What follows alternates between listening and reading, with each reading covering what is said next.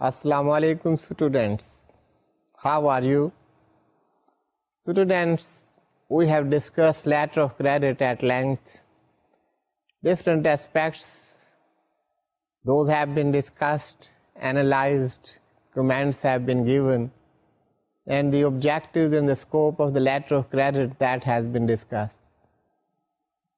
We discussed the flow chart of the letter of credit, so that you may understand what are the different stages through which the letter of credit transactions pass. You by now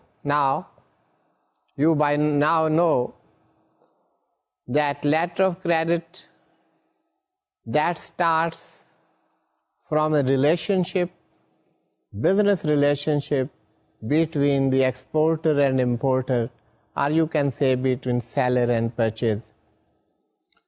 Both enter into negotiations, they reach certain consensus, they have their own terms and conditions. What is to be supplied, at what rate to be supplied, what would be the quantity, when it will be supplied, how it will be shipped, how the payments will be made, what would be the modes of payment.